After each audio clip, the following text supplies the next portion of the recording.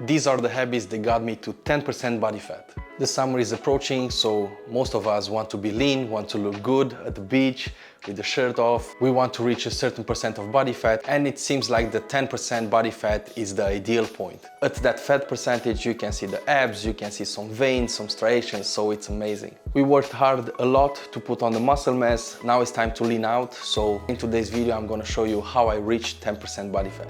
Habit number 1, workouts and activity level. This point is crucial because we want all the hard work that happened in the bulking phase to maintain in the cutting phase. All that muscle mass that we accumulated during this phase, we want to preserve it, and we just want to lean out the fat. It's extremely important to maintain the heavy weights inside the gym. We need to give the body a reason to maintain the muscle mass. I see very often this mistake when people transition into a cutting phase.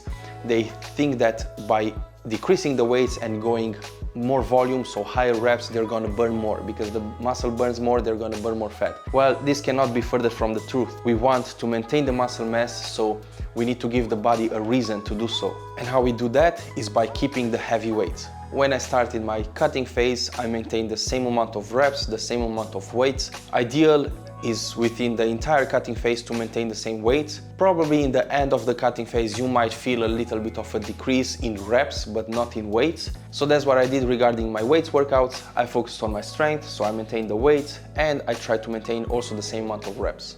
Now of course I wanted to burn more fat, so therefore I introduced cardio. Ideal it was every day, so I started introducing like 10, 15, 20 minutes every day in the beginning, and then the volume of cardio increased slowly. The cardio increased to a point in which I was doing 1 hour on the empty stomach in the morning, and my weights workouts were 1 hour after in the afternoon. Now here it all depends on your schedule. If you cannot do cardio on the empty stomach in the morning, just try to do it in the afternoon or later in the evening, however you can. It's just very important to do it. The cardio helps a lot. It's a great method to burn the calories and not be forced to decrease the calories from the food that much. Now, one important tip here when we are doing cardio, because we are decreasing the calories from the food, we don't want to exaggerate the intensity of the cardio. So we don't want to go over 130 beats per minute. This is like average ideal point. Below 130 beats per minute, the body will use the fat storage because it's a slow and steady cardio. On top of that, we go into the HIIT cardio, so the high intensity, and we don't want that because the body will use the glycogen, therefore the carbs. We want to preserve the carbs, we want to preserve the glycogen, so the glucose, for the weights workouts. That's where we want, like I said, to have strength, to maintain the weights, to be strong there. The cardio needs to be slow, steady, walking, Stairmaster, bike, but try to go under 130 beats. It's easy to find, you know, your heartbeat. Most of the machines they have, you know, on the handles, the heartbeat. If they don't, you can use, if you have a watch or a ring or whatever tools nowadays you can have to measure your heartbeat. If not, go classic, 2 fingers on the neck, count for 15 seconds and then multiply by 4. Another extremely important thing that I did in order to reach 10% body fat, it was I increased my non-exercise activity thermogenesis, or in short terms, NEAT. So NEAT, as the name suggests, is everything you do besides exercise. Washing dishes, walking, going up the stairs, doing groceries, everything that's not an exercise. In my case, what I did, instead of taking the car to the gym, I was walking. Instead of taking the elevator, I was going up the stairs. During the day, I'm very active. I'm on my foot the entire day. I'm a coach, so I help my clients, I move weights, so I'm constantly burning calories. In your situation, try to find ways in which you can get more active. I'm sure you can use a bike instead of going with the car, or go by foot. For sure you can take the stairs instead of taking the elevator. When you're doing groceries, just park further and walk. Try to take a step back and analyze your day and see where you can improve, how I can increase my activity level. This can make a big difference from someone who burns 200 calories from NEAT and someone who burns 700-800 calories from NEAT, or even more than that.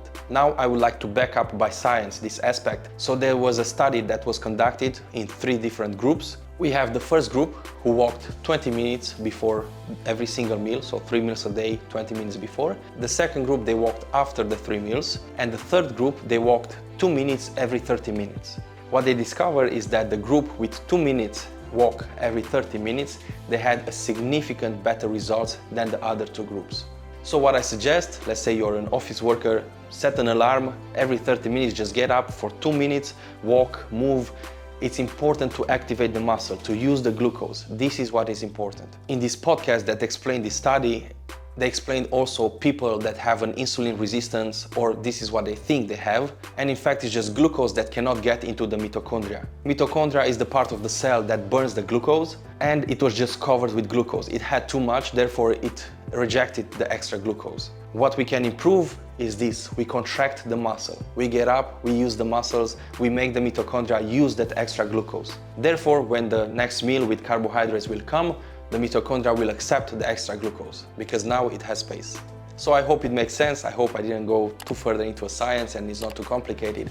What you need to take over this: be active, move. Set the alarm every 30 minutes, just move for 2 minutes. It will make a big difference. Another thing, what I did during the weekends, I tried not to be a couch potato. I know it's hard, sometimes we have a tough week and we want to just relax and watch a movie. Try to be active, for example, in the morning. Set your mind this way: okay, it's morning, let's go, let's move, let's go outside, have a walk in the forest, use the bike, swim, whatever. I try to be as active as possible in the morning. I did also my workout, and afterwards I can relax. When I do what I must do, when I do my priority list, then the movie and everything else is way more enjoyable when I know that I did something right. If I'm not doing my stuff, I cannot fully enjoy a movie. I feel guilty. So try this, even in the weekends, be active, set a list and do it. Okay, enough talk about activity level. Let's go to point number 2, nutrition and alcohol. First things first, and probably the most important part, maintaining high protein diet. So during bulk, probably we had 2.2 grams of protein per body weight or 1 gram per pound. I suggest to maintain the same amount. So keep the same range, keep the same high protein diet. Like I said, we want to stimulate the muscle with the weight, but we also need to give the muscle something to maintain the muscle mass from. So it's just the protein, the amino acids, that will maintain the muscle tissue. If we decrease the protein, the body will not have enough building blocks to maintain all that tissue. When it comes to carbs and fats, during the cut, I started to reduce the fat percentage the first thing. So maximum I go 1 gram per kilogram. The lowest I go is 0.5 grams per kilogram. I don't go below that. So gradually, slowly decreasing from 1 gram to 0.5. When it comes to carbs, when I finished my bulking phase, I had around 500, 600 grams of carbs a day. So a lot of carbs. Therefore, I had to reduce slowly, gradually the carbs as well. What I prefer doing, and I also suggest you, is don't decrease the food and be lazy. Be active first. Move is way better, trust me, than just decreasing the food and reaching a point in which you starve. That's no bueno. Because what this will do is will make you eat crap. It will make you starve, it will make you crave, you will cheat on your diet, and you will have these yo-yo effects. So we don't want that. We want to control our hunger. The hunger, it will come, but it has to be bearable. Another important thing that helped me go to 10% body fat and also maintain this fat percentage, I actually went even lower than that, but today we just discussed 10%. I limited the junk food. So let's say that I have a mini cut. In this mini cut, there's 100% clean food. It's just 3 weeks. I don't have any junk, I don't have any sweets, nothing like that. If the cut is bigger, so let's say a few months, then it's about 95% clean. What this means is that I limit the cheat meals. Probably every 2 weeks I have a cheat meal. It's 1 meal per weekend or per whatever, a day, but it's just one. And then immediately afterwards I go back to my routine. This is very important because often it happens with my clients, if they have 5 good days, during the week and they eat clean, in the weekends they are, yes, I need to reward myself, I need to have a good weekend, I will eat, I will drink, whatever. No, that's no bueno. You cannot do that. You will ruin all the results that you did in the week for the weekend. So pay attention. So talking about weekends, we need to discuss also about alcohol. In my case, I eliminate it. I was never a big fan of alcohol. I don't like the taste. I just don't see any benefit of alcohol. But I know that there are people who like it, who like enjoy a glass of wine. What I suggest is to limit as much as possible. If you think about it, besides the social part and besides maybe getting tipsy and feel a little bit better, there are 0 benefits that come from alcohol. If you want to have a successful cut, if you really want to reach 10% body fat and probably even lower than that, you need to consider the fact that alcohol comes in your way. It's definitely slowing you down and might even stop you from making progress. Is it possible to have results with alcohol? Yes, it's possible. Will someone who doesn't drink alcohol be better than you? For sure. If you have a bad weekend in which you are drinking a lot, I'm pretty sure the next day you feel hangover, you might not eat all your meals, therefore you don't get enough protein, maybe you don't do your workout. So it's a recipe for disaster. Just try to limit the alcohol and eventually eliminate it. Switch the alcohol with water. This is what I did, this is what I do all the time. In between my meals, I have just water, nothing else, no sweets, no sugar, no juice, nothing, just water. It's important to stay hydrated, to have a good workout, to have enough volume because the water goes into the muscle with the glycogen. And the water will also help in the last part of the cut in which we will feel hungry. So therefore we will need to drink more. This will help. The water will help tricking the stomach a little bit so we will feel less hungry. All this regarding nutrition was a priority. It's always a priority for me. In order to reach 10% body fat, I had to plan everything. I had to make sure that my meals were prepared. I had to cook in bulk. Everywhere I was going, I was planning in advance. Do I need to pack with me? Do I need to put the protein shake? Whatever. For how long do I go? Always prepared. Nutrition was priority number one and still is. Okay, enough talk about nutrition. Let's move to point number 3, recovery. Now we all know that sleeping enough, it's extremely important. We need to give the body enough time during the night to recover so we are able the next day to be at 100%. What I tried, for me, ideal, it was 8 hours of sleep. Sometimes I go below that, 7.5, sometimes 7. When I go below, it's really not ideal and I try to take a nap during the day. I'm trying to minimize these scenarios in which I go below 7 hours. Most of the time I'm staying at 7.5.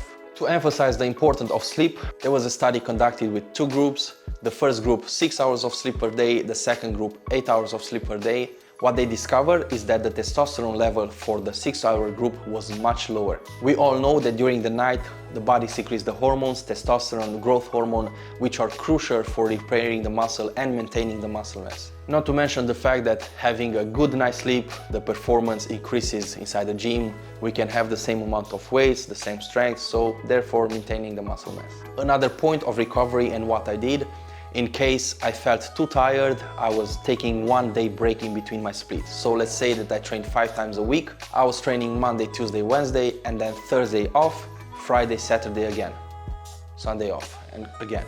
By taking 1 day break in between this split, I was feeling recovered, I was feeling much better, so I was able to hit those extra days again. See what works for you, see how you feel, listen to your body, but it's important to recover well. After my workouts were on point, my nutrition was there, recovery was there as well.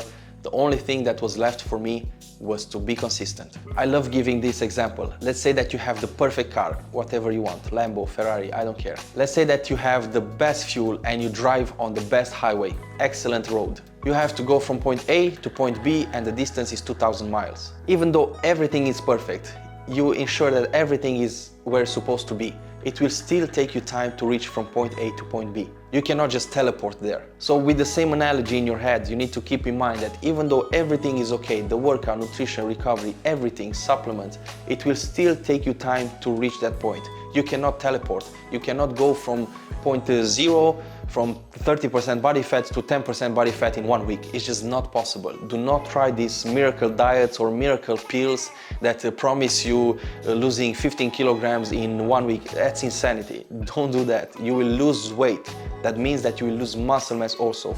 We want to reduce the fat percentage, not the weight of the body.